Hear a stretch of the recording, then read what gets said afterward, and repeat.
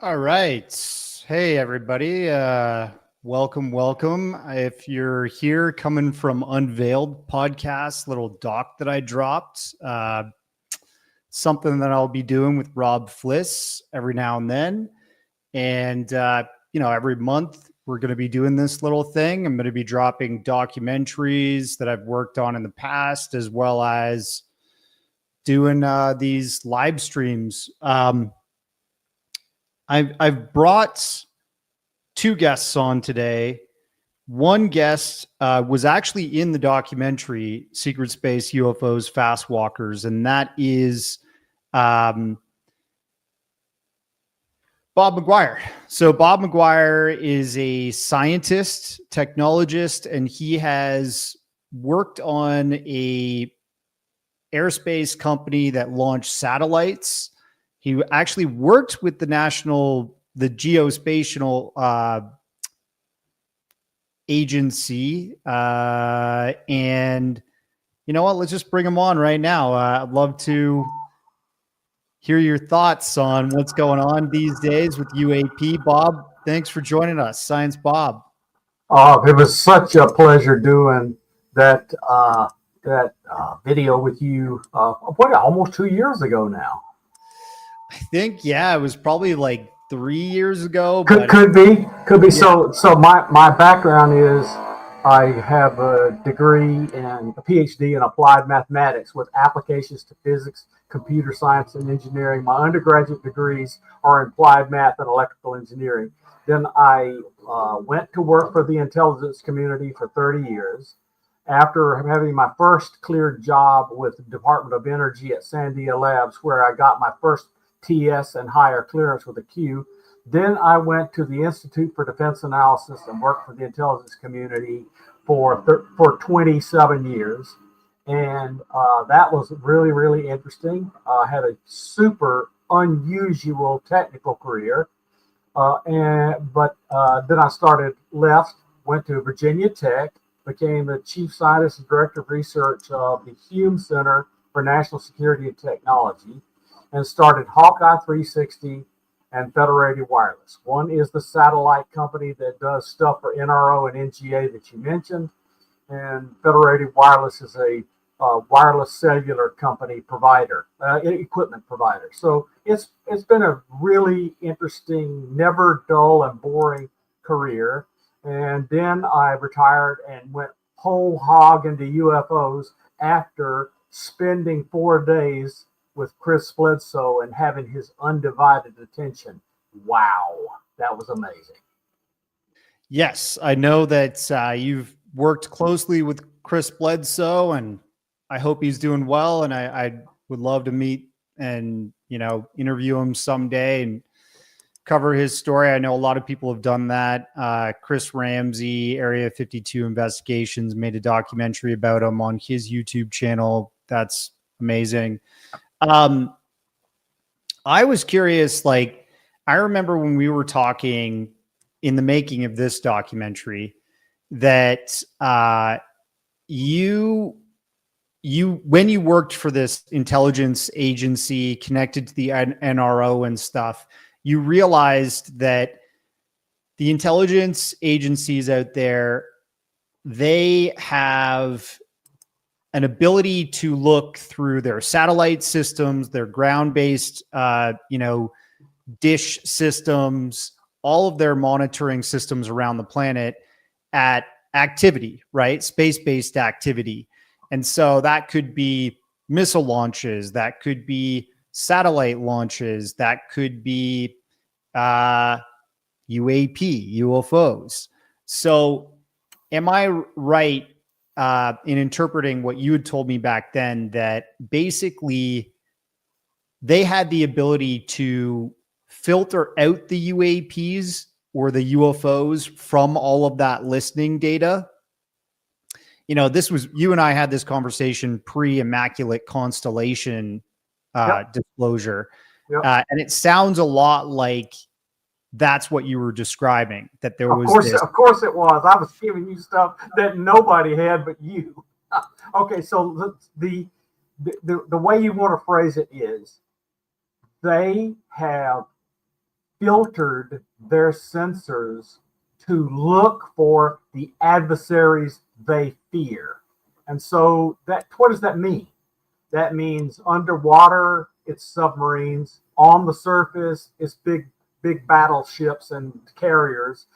In space, it's those things that are in orbit that might be dangerous to us. And then looking down, they're detecting missile detections. But what we knew from the moment this Chinese balloon story happened, is their matched filters, which disseminated stuff to all the agencies, was cutting out things that we might want to see in UAPs. The data is gathered. And let me assure you that I don't believe that NASIC and other people serving the government hasn't looked in those folders, because I know from my knowledge of the sensors that it has the ability to have 7x24, 365-day a year situational awareness of everything out to geostationary orbit.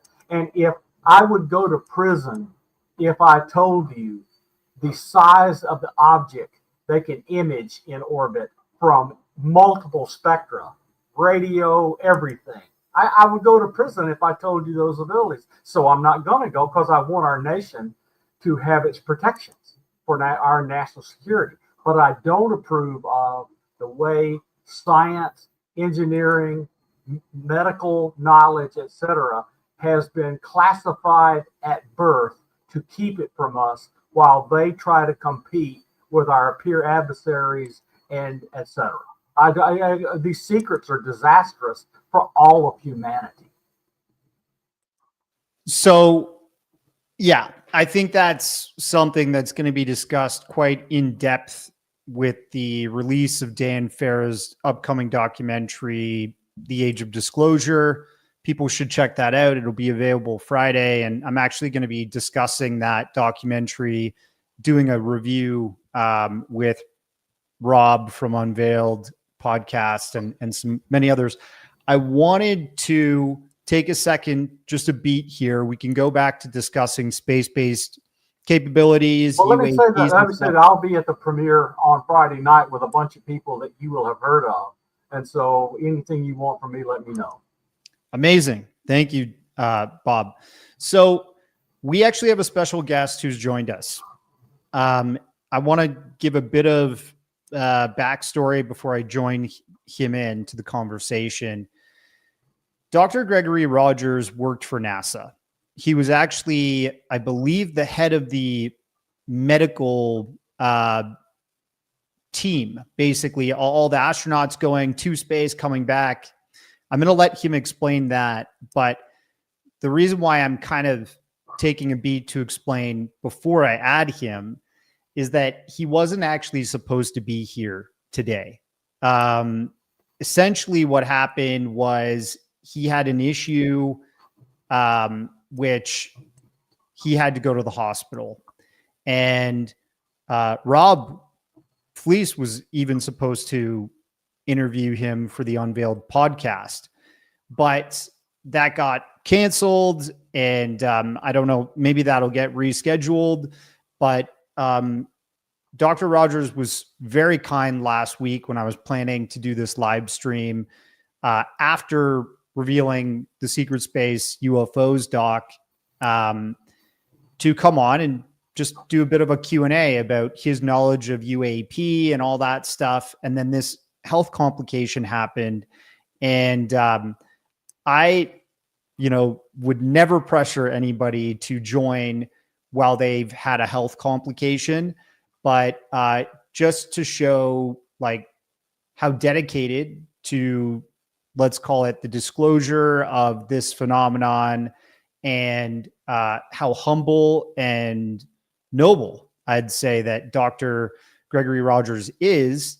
He decided to join from the hospital today to have a conversation with us and share his opinions as well as his experience regarding UAPs, that sort of cover up history, and NASA's possible involvement with it. So without further ado, I'm going to join him Do not be alarmed. He is actually joining us from a hospital. Dr. Rogers, are you? Oh, we can't hear you. You just got to turn your mic on. You're muted. You're muted. You might see a little mic button. There you go. Yep. There you go. He's not muted now. We got you. Oh my gosh. We can't hear you, but I don't know why.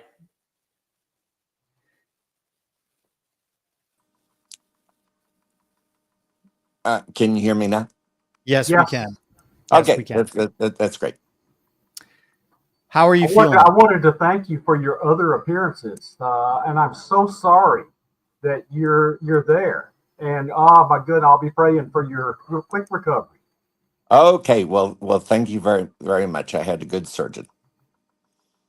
I'm hopeful that you don't have to go through anything like that again, and whatever they found, they've fixed. But you're feeling good enough to do this interview from the hospital bed, which is amazing. Do they got you on any medications to make you feel so good? Well, I'm on medications for sure, including antibiotics and some pain medicine. But Okay.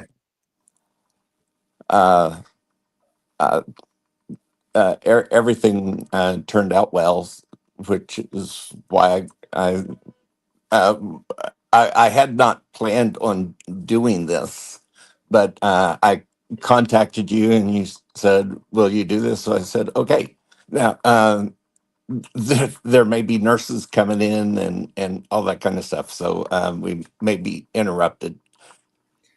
As long as you feel well enough to have a chat with us, really appreciate you coming, and it means a lot to both of us. So, okay, I guess you watched a bit of that documentary that was the, lead up to this Q&A. I think you saw that YouTube link.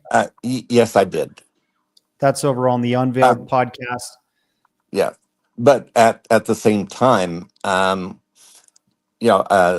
that's where I used to be working and the people I used to work with. So, so you recognize some of the people like John Blaha? Oh yeah, absolutely. What do you think about the case with his STS mission when he was on the shuttle Discovery? He was caught sort of speaking over the communication channel to Houston that there was an alien spacecraft under observance. Like, people of the time were listening and obviously recorded that. And when that was presented to NASA at the time, as you heard from Dr. Jack Kasher, who's a professor emeritus out of what university? I can't remember what university, but he's a physics professor that took a lot of these NASA space-based encounters very seriously early on in his career. When NASA was presented with that, they said, that wasn't John Blaha. They were trying to chalk it up to like basically a hoax. Do you have any experience with that story, or are you surprised about it? I am not surprised about it. I have heard similar stories throughout my time with NASA. Okay. And, was that something that you commonly heard then, that astronauts saw stuff up there and either were caught commenting about it, or the public that were watching the space feed caught things and asked NASA and would deny NASA as a result, or the astronauts themselves would deny it? Yes, that was the standard operating procedure. But what was your NASA did not want to acknowledge that. I'm out of the program now. I'm retired, so I can speak freely. But there were lots of stuff that NASA discovered that they were not about to reveal to the general public, and it not just from the International Space Station or the Space Shuttle, but all the way back to Project Gemini and even um, space base assets that was not manned. Okay. So like unmanned satellite systems and such? Yes. Okay. Which Bob McGwier here has a lot of experience with. That's also why I interviewed him for this documentary, Secret Space UFOs, Fastwalkers. So, Well, at Cape Canaveral, we also launch Atlas, Titan, and Delta missions with unmanned uh, uh, vehicles? space missions. Yes. And national security missions too. Yeah, some of them were national security missions. Like NRO, NSA type stuff?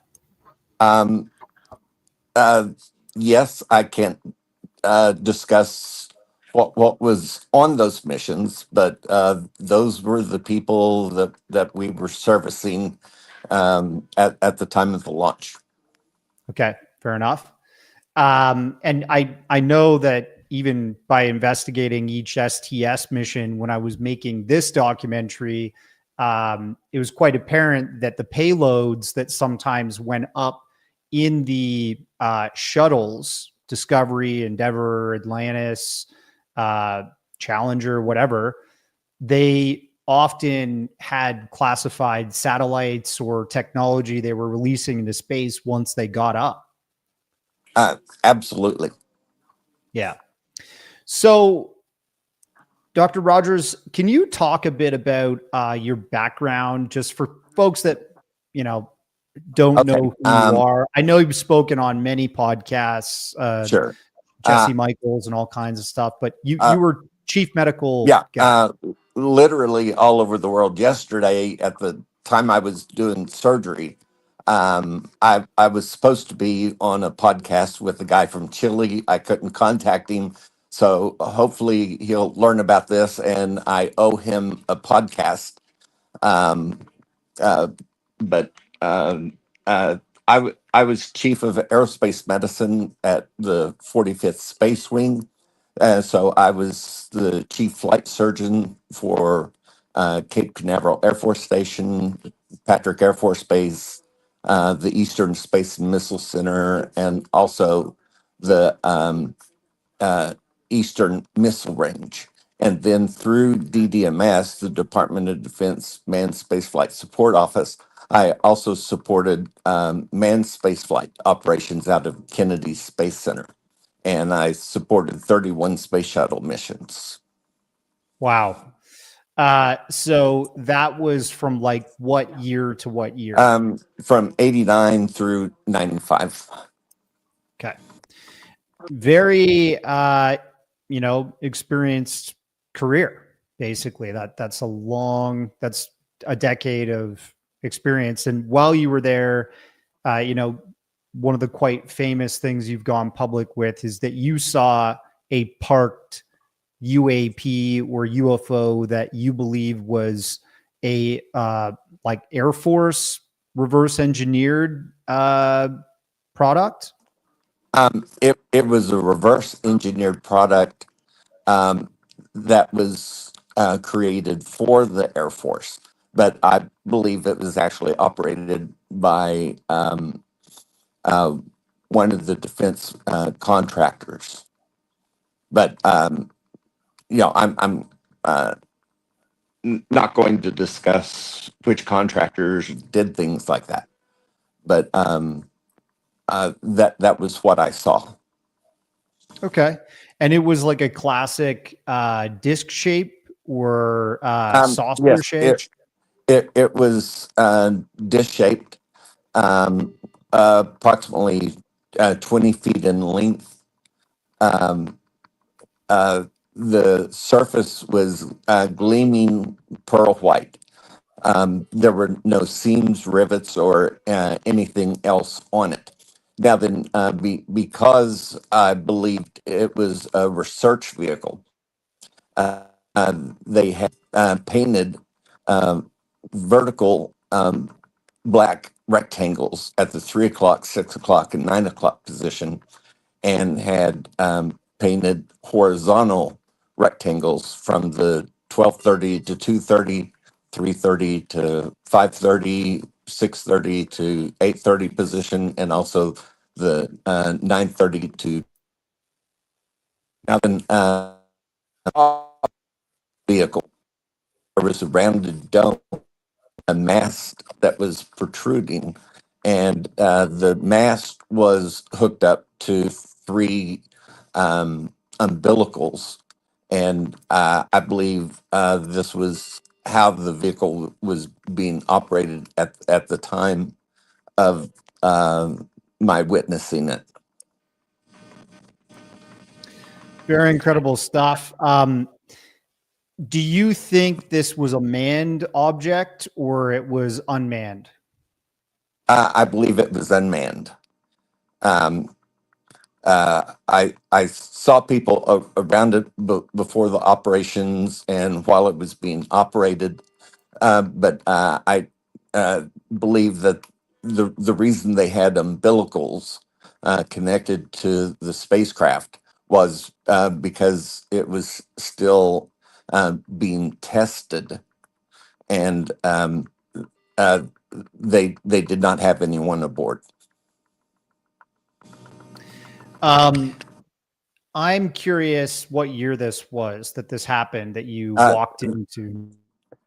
that was 1992. Okay, so you had another 3 years to be very quiet about what you experienced. Yes, and then I remained quiet even after that. I did not even tell my wife for 15 years, but I did not disclose it publicly for 33 years. I retired in April of this year, and on the 4th of May, I came forward to present um, my story as a whistleblower on May 4th. And since that time, it has literally gone all over the world. It was on Newsweek, New York Post, and all kinds of other places. I've been on podcasts, literally around the world. And as I mentioned yesterday, I was supposed to be one from Chile, but you know, while I was in surgery, I was not able to make that podcast, but I'll make it up to him. Well, look, I admire your strength through this health condition and just your ability to just stand up and keep talking about this issue. Obviously, you're passionate about it and you know there's truth to it. And, it's a really murky subject because there's, in my opinion, a lot of disinformation out there. And then there's people like you that I wholeheartedly agree with and believe in. So, thank you for coming forward. I wanted to maybe segue. Well, the reason I came forward was because other people have come forward before me, and so they have paved the way, and so I did what I did because they have done what they did. Um, People like Commander Fravor, Ryan Graves, David Grush, all of these guys have come forward first, and then I came forward next. And so hopefully after me, there will be other people who come forward with their stories. Yeah, I appreciate all of them. And, we just got to get to the facts and get, if there's, anything that can go public that can prove everything, that's out there. Well, you know, one of Amazing. the things about this is that it's been public for generations. We can go back to 3,000 years ago. Um, there were people in the Bible who saw UFOs. There were people in Central America, South America, India, who were also seeing the same things, and they described it. Now, then, they didn't use the modern descriptions, but they used the only terms that they knew how. For instance, when Elijah uh, went to heaven, they said that he went there in a fiery chariot. Well, the fastest thing they knew was a chariot, but I don't think many chariots were on fire back then, and I don't think they were routinely carrying people to space. So if this was something going on at that time, you know, I often thought about that. If I was watching a space shuttle and we were launching a crew into space, if those people had been at Kennedy Space Center when I was, what would they have described that as? Well, they certainly wouldn't have discussed it as a space shuttle, but they would have discussed it as something. Are you convinced? Do you guys think, you know, I've got Bob who worked in intelligence and worked in the space industry, launching satellites and working with the intelligence agencies that were active in that kind of work. And then Dr. Rogers, you were actually working for NASA, launching a lot of stuff as well, secret and public at the same time. But The Air Force and NASA. Air Force and NASA. But there's all this talk about a secret space program. And, you know, there's, in my mind, two different versions of that. There's a secret space program that people believe there's, like, you know, reptilians and Buck Rogers type stuff happening around the planet. I made a documentary called Dark Alliance that kind of highlights some of that stuff and the controversy around it. But then there's also this secret space program idea that we have conventional technologies like satellites, spacecraft, you know, reverse engineered UFO type activity. And those things are being launched and carried out in secret, hidden from the public. And we're only to believe that it's just like, you know, the shuttle mission type stuff that's happening up there. What are your thoughts? Maybe I'll go to Bob for a second about this, because we haven't heard from you in a little while. Okay, sure. But go ahead. what do you guys think about when you hear the secret space program rumors, and, you know, what's a reality to you and what's not? Okay, so when I first kind of got into this, and I was heavily associated with Richard Dolan, I was in his group, if you will, when he wrote the secret space program monograph. And so I read it and I went, I don't know.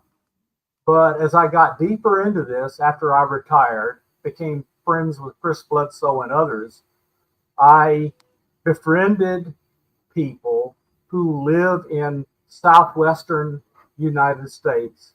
And today, right now, I could go and buy an airplane ticket, fly to a city in the Southwest, and that night go out and watch activity coming in and out of an identified deep underground military bases where what looks like reverse engineered vehicles are flying with United States helicopters. And how do I know they're United States helicopters? Because Apache attack helicopters are not sold to private individuals or to companies. So I I can go there and see them. And so I have zero doubt we have a secret space program. All right, and Dr. Rogers, what's your theories on a secret space program? How would you sort of articulate that to the public? Well, first of all, the space shuttle was not the first reusable spacecraft. The X-15 was. That Neil Armstrong actually got his astronaut wings in the X-15 program before he joined NASA, and so a lot of people don't realize things like that. So there are documented evidence of this kind of stuff, but then there are other things that are not documented and are not being freely discussed.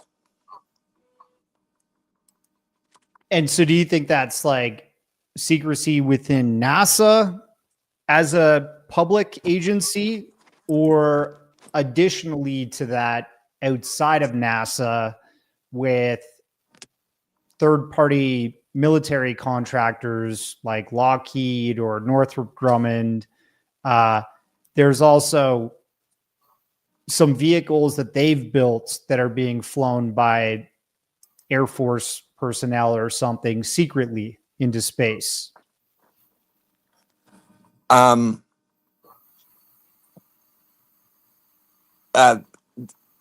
That's not something that I really feel comfortable discussing in this situation.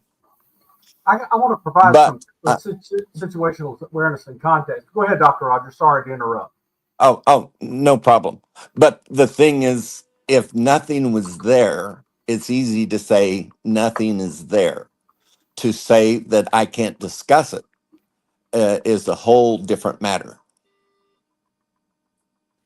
Yeah, I totally understand security oaths and non-disclosure agreements with your Air Force background. This is a national security issue, and I wouldn't want to, mess anything up or get you in trouble. Let's just say that. So, Well, I really there's also the aspect of when we have secret stuff, we may have skills and abilities that we don't want our opposition to know. So some of it is kept secret specifically for national security purposes. Yeah, and that makes sense. You don't want Russia, China to know that you're flying a, anti-gravity type craft into space and spying on them or something like that. It's wild. I mean, this type of thing in the whole disclosure of this reality, it messes with the world Well, that there's all kinds of other aspects of it that people don't think about. If we discover a technology that is greatly advanced and we give that technology to a space contractor and they start making money on it, they are not going to want other agencies within our government knowing that they are operating it. So it goes so deep into so many different areas that the average person is not really going to comprehend it.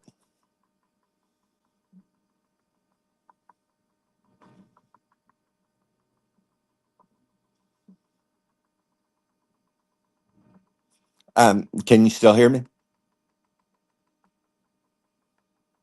I was muted. Sorry. So Oh, what do you okay. think about this? And thank you. We can still hear you. We heard everything you just said.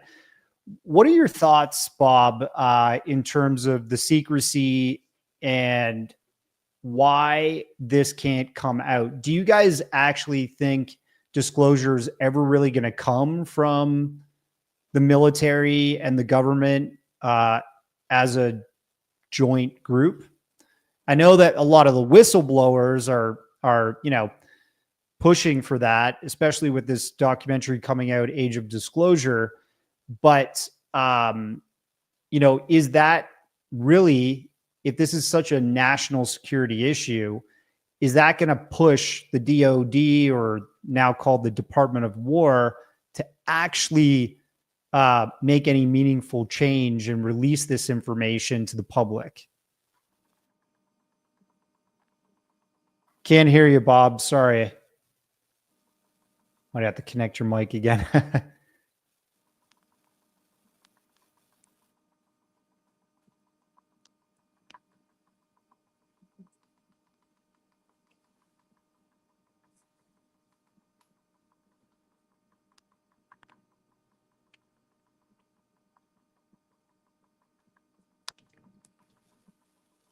All right. Well, we'll go to Dr. Rogers. What do you think on that, if you don't mind commenting for now? Okay. Uh, uh, these are realities. It's not supposed anymore. We have plenty of evidence of this, and so you look at what Congress has done, and they have called uh, people and technologies for disclosure, and they have done part of this. The only problem is that there's a whole lot more that could be available, but has not been made available. And I'm in the International UFO Bureau, and that's based out of Oklahoma City. And Jimmy Carter was governor of Georgia, and he saw a UFO. And so he reported it to the International UFO Bureau in Oklahoma City. And so he promised, as he was running for president, that if he was made president, he would release all the secrets. Sorry about that, I dropped the phone. But when he became president, he could not release everything. So it was even beyond his ability as president to disclose all of these things.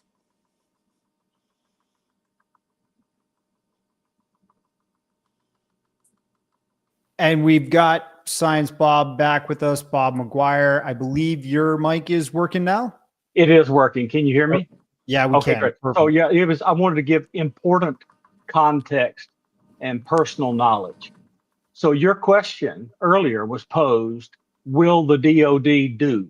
And that is based upon a regular but completely false understanding of how things work. So this program was begun under the auspices of the Department of Energy under the Atomic Secrets Act. And almost surely the major supervisors work in nonprofit corporations, which are federally funded research and development centers that are operated by the Air Force and DOE, National Labs and Aerospace Corporation. That's where the leadership is going to lie. The corporations managed by them, none of them, not one of them, will have all of the information.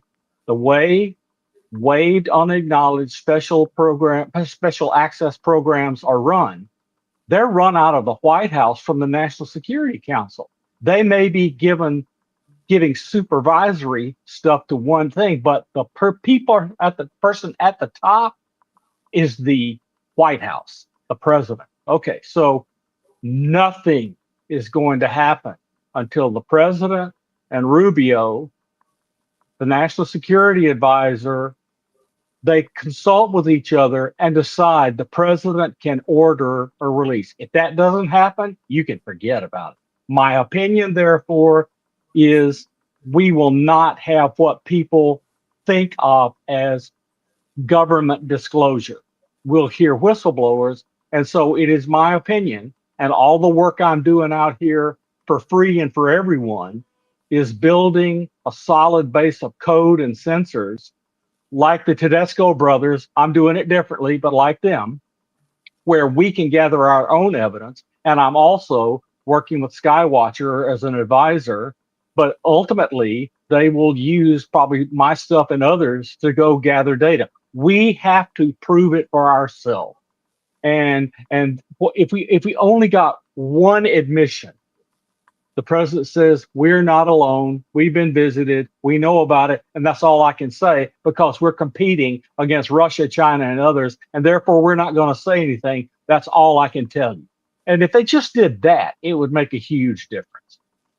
Yeah. And I would add, if he also signs into effect a whistleblower protection, a real, authentic executive order to protect whistleblowers, as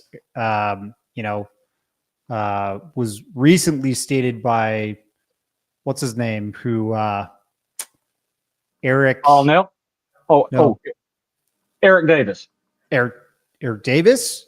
Yeah, Eric Davis is a scientist who is wants to who won't talk without a whistleblower protection. Right. He doesn't want to get whacked or thrown in jail. And I can explain that too. The security oaths and the security administration and the contract administration is done by private corporations. They have a government supervisor and a government security, but all of the stuff that's management, the lawyers, the security people, they are private contractor employees. And you do not want to sign one of those non-disclosure agreements. You give away 100% of your rights. You forego due process, and you can be subjected to whatever sanctions are in the paper you sign. And they are awful. Okay. I believe it.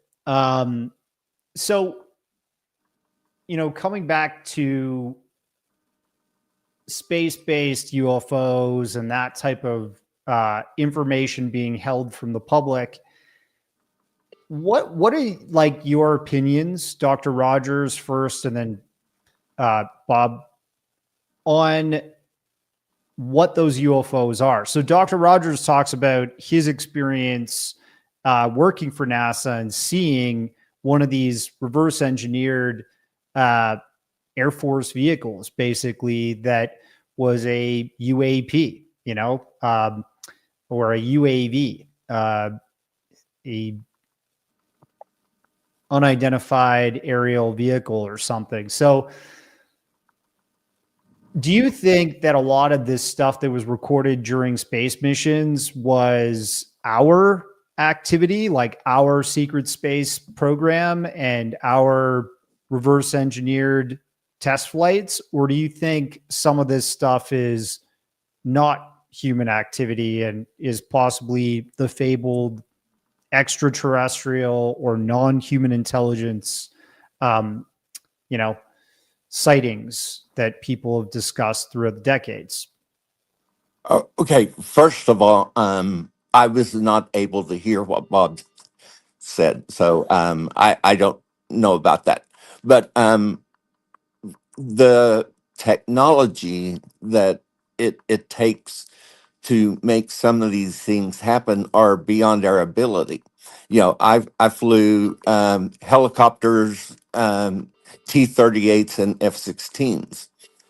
Anytime a human spacecraft, aircraft, or any other vehicle breaks the sound barrier, we're going to produce sonic booms. The UFOs that we have known for years they might be stationary, and all of a sudden they zip off at 10,000 miles an hour. Somewhere between being stationary and 10,000 miles an hour, they went through um, the sound barrier, and they did not produce sonic booms. So they're working with a type of physics we don't understand. I agree with that. So let me tell you the things that I have seen. So right over here, out that window, is my deck, and standing on that deck in an aircraft exclusion zone that surrounds Can you still hear me? Aberdeen Proving Grounds. We can hear you. Yeah. Oh, okay.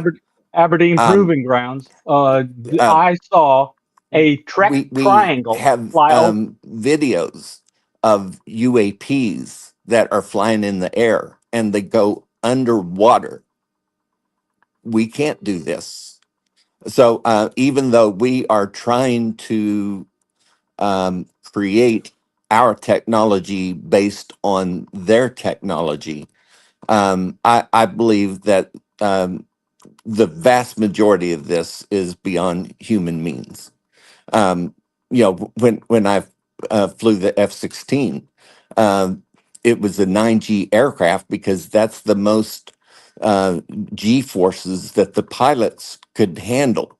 But the aircraft was actually capable of flying between like 12 and 14 Gs.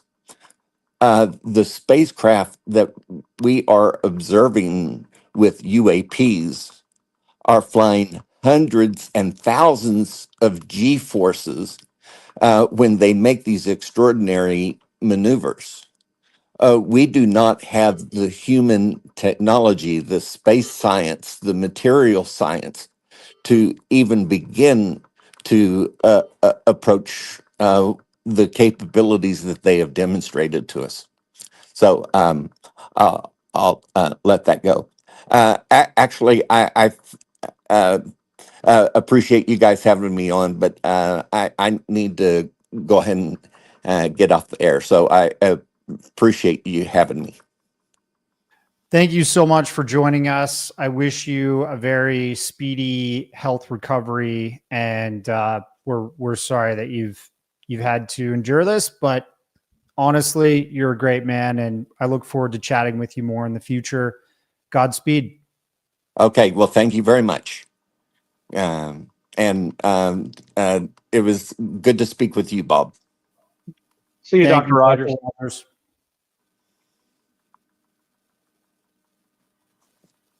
Are you feeling poorly? What's going on? All right. Dr. Rogers is in the hospital for people that do not. I think you should drop him off because that's a private conversation. Oh, yes. Let me remove him. I was about to say, he's about to hang up, but he joined us from his hospital bed. For people that have joined late or don't understand what was going on there, if you go back to the starting of the stream, you'll sort of see that. But I wanted to add, so the especially because his remarks were quite cogent and they're important. So standing on the deck right outside that window, it's the backyard of my home, and I was standing on it with my Psionics camera and some other stuff, and I'm in the exclusion zone for all aircraft around Aberdeen Proving Ground. And so when I have helicopters that fly over my house about 100 feet above it, illegally as heck, regularly. That's number one. And that, I think, is humans. But I saw a perfect 3 lights in the corner triangle fly over my home, make a hard turn, and head directly for Aberdeen Proving Grounds.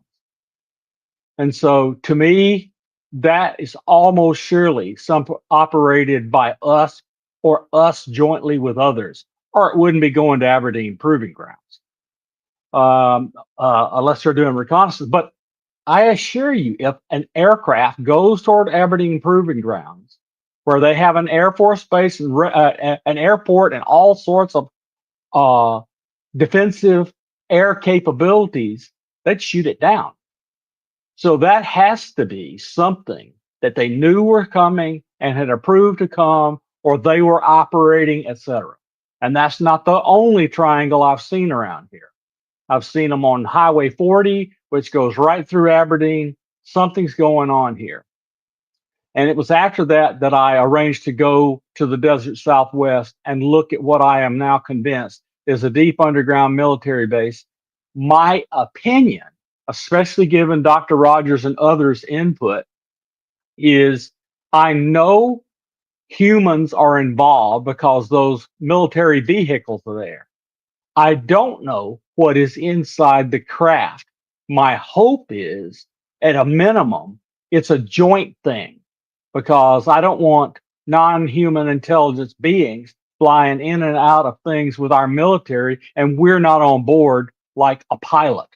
So that we need our pilots in there to make sure they behave. You get the idea. Yeah.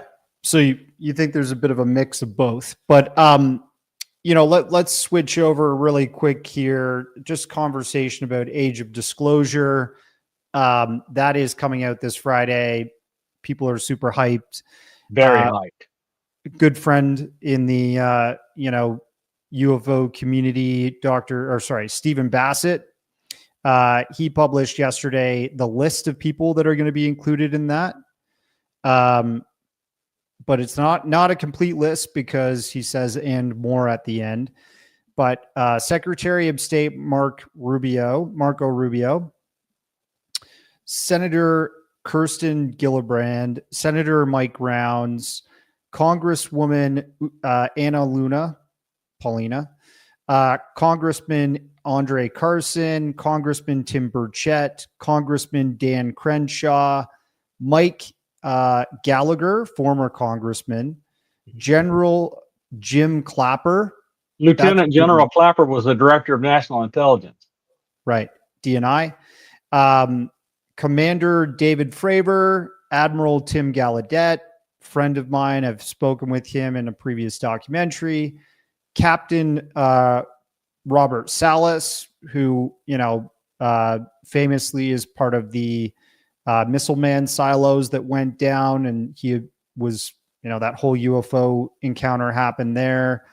Colonel Carl Nell, Lieutenant Commander Alex Dietrich, Lieutenant Ryan Graves, Lou Elizondo, Jeffrey Nusatelli, Jay Stratton, Christopher Mellon, Brett Federson, Mike Gold, Jim Semivan, Chris Miller, Chaz King, Gary Nolan, Hal Puthoff, Eric Davis, Travis Taylor. Pretty incredible, all those people. I've never heard of Brett Federson. Who's that? I don't know. I didn't know he was in it. Okay. Do you know who Chaz King is? I don't know him either. Chris Miller. Yeah, Chris Miller's in aviation, but I don't remember the details. Okay. And so one of these people obviously stands out above more, Lieutenant General Jim Clapper. And I've seen, there's a lot of political conversation happening on X all the time right now. Epstein files. I pray that stuff comes out in its full quality, no redactions, so we can just see who is who. Well, there are going to be intelligence things that are marked out. Now, we hope they don't expand that to protect individuals that shouldn't be protected. Yes. But that's going to be a temptation. But they are going to do redactions because it has top secret classified information in it. Yes. And so I saw within the sort of political rhetoric and people attacking each other from the left and right, somebody said that Jim Clapper is an enemy. I'm assuming that this was the right going after him because they think he's threatening Donald Trump in the past. Was that Does that seem accurate, or No, he what's don't know. Well, Jim Clapper yeah? is a national treasure, a patriot, and he like many others before him were afraid of what Donald Trump was going to do in office, and so he criticized Donald Trump because, frankly, he did not want him being elected, and so Clapper is against Trump. That doesn't mean he's not a patriot. That doesn't mean he's perfect either. He made a mistake before testifying before Congress, to which he has admitted and written a statement saying, "Look, I messed up. Here's what I did wrong, and I apologize." I mean, that's the sign of somebody with character, to admit an error. Yeah, And of course. Apologize, try to change your behavior, and move forward. but by the time that came out, he had already retired. Yeah. What was the mistake, if you don't mind me asking? He was testifying about National Security Agency collection. And the thing that look, I'll go over it briefly because that's not what we're about. But NSA has an umbrella circling the globe, vacuuming in everything it can in the way electronic communications, etc., into a vast, huge data mine. Okay, now they don't look at everything. They can't possibly look at everything. They don't have enough compute power to look at everything. All these crazy stories about triggers on words, that is just horse crap. I know, because I worked on it and worked there. Okay, so That's the NSA, right? yeah, it's the NSA. They vacuum everything, then they store it someplace. Collection is when any officer of the United States government or their vetted contractors can reach in with a query and pull out the database, but they have got to have legal orders to do so. If it's a U.S. person, it requires a warrant from a FISA court. So he got caught in this dilemma of the difference between we record it and we listen to it. We record it, absolutely. We couldn't do intelligence work if we didn't. But most of it sits there idle and is never looked at. And so when we need it, we operate legally under what's called UCIT 18, executive orders, etc., not to spy on U.S. persons. If they do, and they do it illegally, they get in trouble. We've had times when they got in trouble. But I can tell you right now, from my own eyes and my own ears, I have seen people fired for doing the wrong thing, losing their security clearance, and they're out of a job. Okay, good to know. Is there anybody else that you think's missing from that list that you know is going to be in the Age of Disclosure documentary? Well, you forgot to mention what to me is likely one of the most important people involved in all of that, and that's Jay Stratton. Okay. Jay Stratton was the person who was appointed back when all of this kind of stuff with a parallel investigation funded by Harry Reid and several of the senators out of their secret slush fund to do classified work on demand. He ran the program for the United States government. He was in charge. He hired David Grush and ordered him to go find the secret program, which David Grush did. Okay. What do you think about, oh yeah, I realized David Grush is not on that list. Why is David Grush not in the documentary? Because David when the documentary was filmed, his case was still before the Office of Inspector General for the Director of National Intelligence, for the intelligence community. So he was not able legally to talk. Okay. What do you think about, people like are from the opposite side of this conversation that say this is all, hooey, a hoax. People like Stephen Greenstreet, do you think he's controlled opposition from the DOD, hired to sort of like go after people like Jay Stratton, Lou Elizondo, anybody that speaks about UAPs or UFO activity and secret special access programs within the intelligence and the military that are dealing with this phenomenon? Or do you think he's just like a sloppy reporter that wants to be, the bad guy that's just kind of going after people personally instead of following that story properly?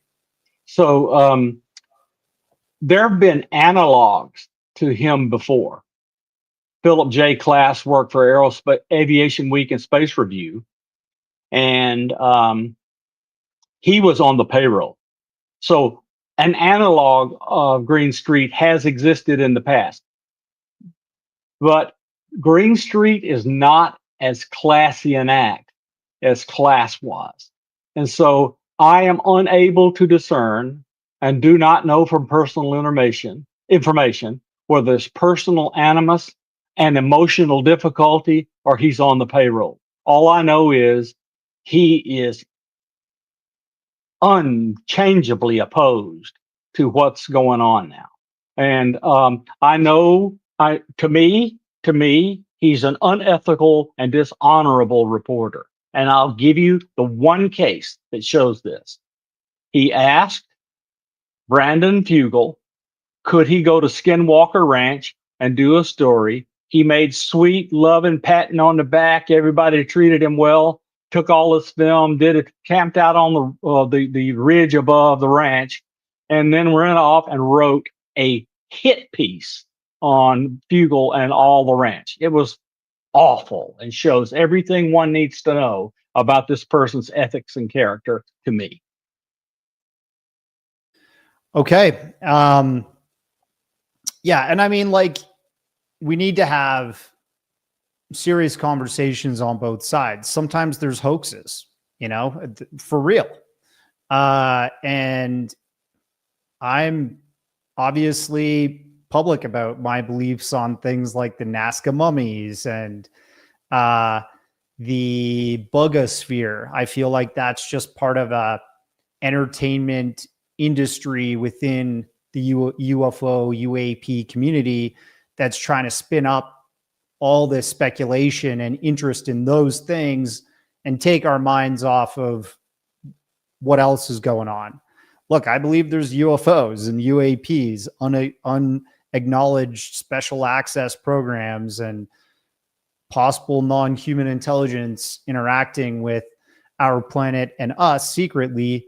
And I do believe that, there's orb-looking UFOs that have been caught on camera throughout history and experienced by experiencers.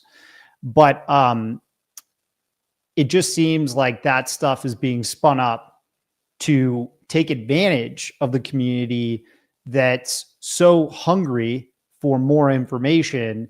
And they're like, well, look over here. We've got that information for you. What are your thoughts on like things like the bugosphere or like the Nazca mummies? I don't want... So the Nazca mummies, to me, I believe Gary, Nolan, and others have done a pretty good job on that.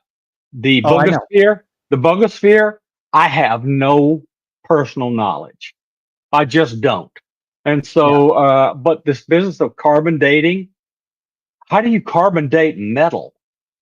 So there must have been something on it that's organic, but how do we know when that, but the carbon dating works on the day God created the carbon.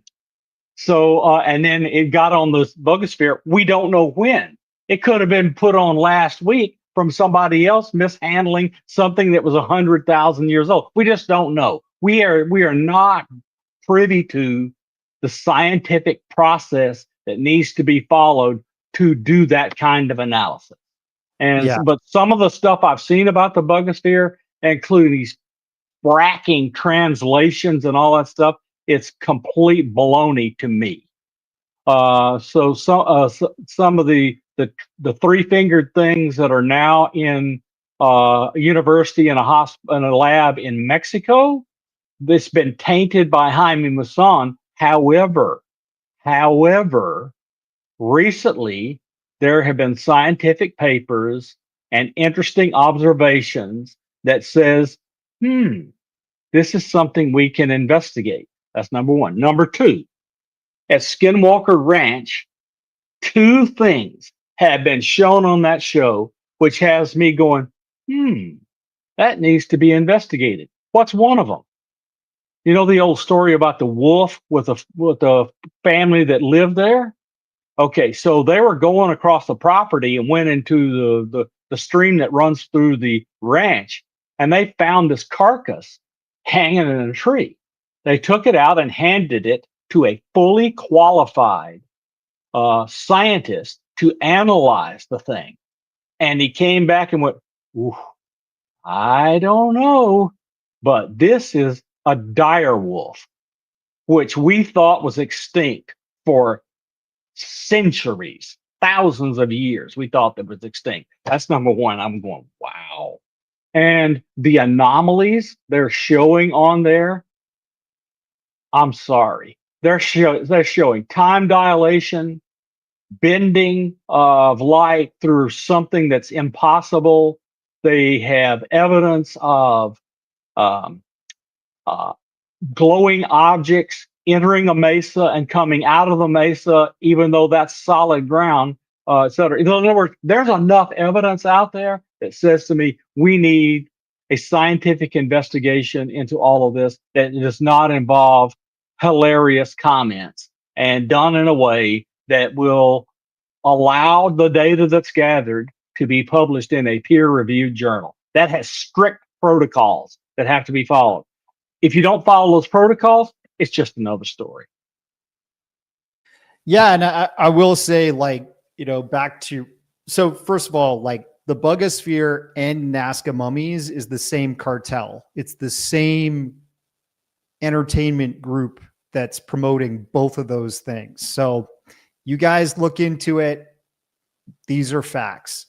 But, on top of that, you did mention Dr. Gary Nolan, and I really he even talked about it on Joe Rogan. He talked about it on many occasions with different, Vinny Adams with the Disclosure Team, that he was approached by the Nazca Mummies people, and he saw some certain things about it that just looked off right away, right? And when he said, well, the only way I'll do this is if it can be done in a proper peer-reviewed study, he was rejected.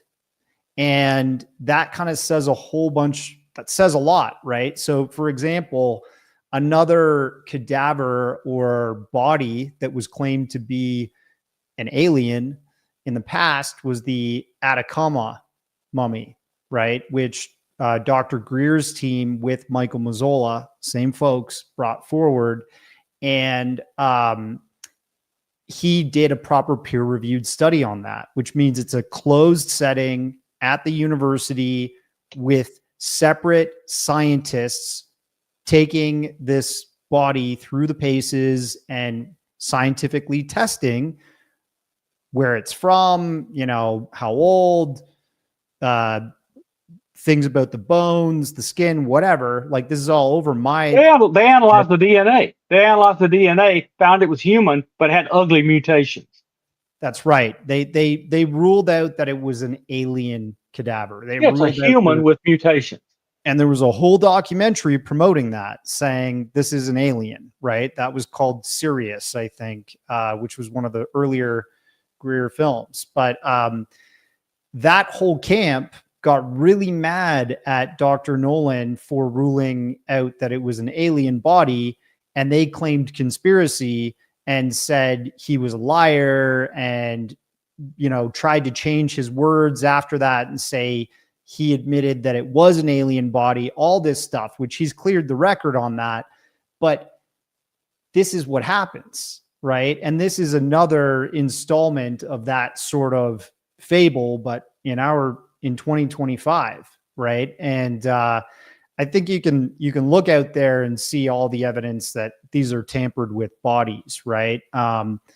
And not only the bigger ones like Maria are human bodies that were found fully, but then tampered with. And it really, there's such a horde, there's such a group of people that are behind supporting this to a fault, that it's like this mind virus that invades people and does not allow them to use deductive reasoning or logic to rule out that this could be an elaborate hoax. And Well, most people do not understand the scientific process, and so they are not willing to exhibit sufficient patience while that process goes forward. Let me give you an example with Nolan.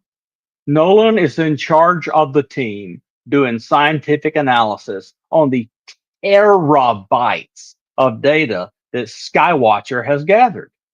And Nolan has said, I will be in this only if we do it right. The science must be done right, so the data must be sequestered from all public access until such time as the science team has reached its conclusions, written a paper that is accepted in a peer-reviewed journal for publication. So until that happens, don't expect to see the data. After it happens, Skywatcher will share that data with anyone on the planet. Well, I'm curious about all this stuff. I'm going to keep following it and, doing my own thing in regards to reporting and documenting and just commenting. But I really appreciate you joining us today. And, I really didn't expect Dr. Rogers to join us from the hospital. That was a huge That was an honor to be on with him, I got to tell you. Yeah. And if people are curious about an organization that he's part of, it's called the International UFO Bureau. They're actually a really old organization that's got headquarters in, what the heck is the state? I'm like having a horrible time today remembering everything.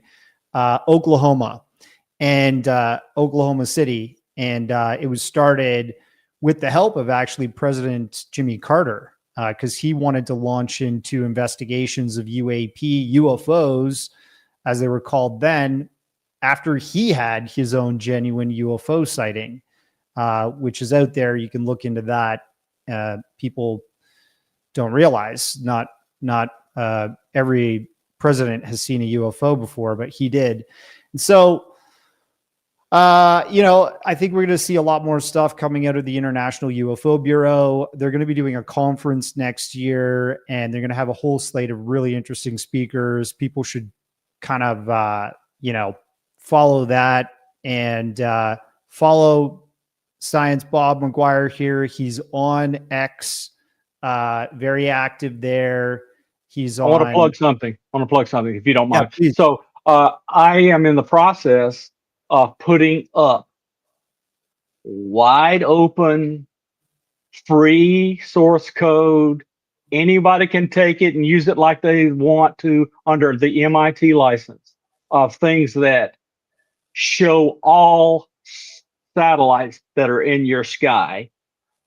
That's number one. Number two, show them at night if they're illuminated in a way you know where to look.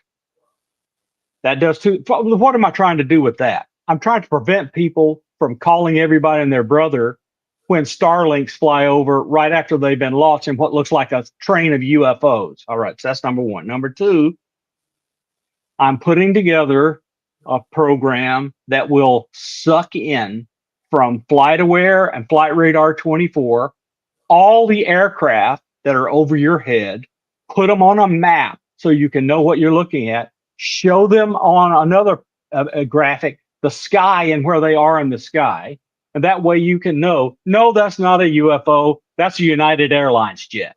Now, it will not do secret military aircraft. Okay. But it's just so many people mistake regular things for this. And so I'm doing this set of stuff. I'm giving away. Anyone can use it and play with it. People will be able to run it on their computers and their phones. Yeah, that's amazing. I look forward to seeing that. I'd love to test it out in the field, actually. Be interesting to see how many unidentified or sort of maybe government, military craft are flying overhead at that time. Thanks again for everybody that's joined. This is something I'm going to try and do twice a month. And Bob, you're more than welcome to join us again to comment on news and all kinds of issues that are going on. Well, tell you what I want to do. I want to see pictures of that brand new, beautiful baby. That's what I want to see. Yeah, I do have a baby son now with us. Congratulations. Yeah, he's a real blessing. I'm very, very happy about that. And it's changed my life for the better. Thank you. But yeah, guys, definitely stay in touch. Feel free to add on X, YouTube, Instagram, wherever you're watching from. And take care. Be vigilant. Be good to each other. And try not to fall for a hoax. Much love.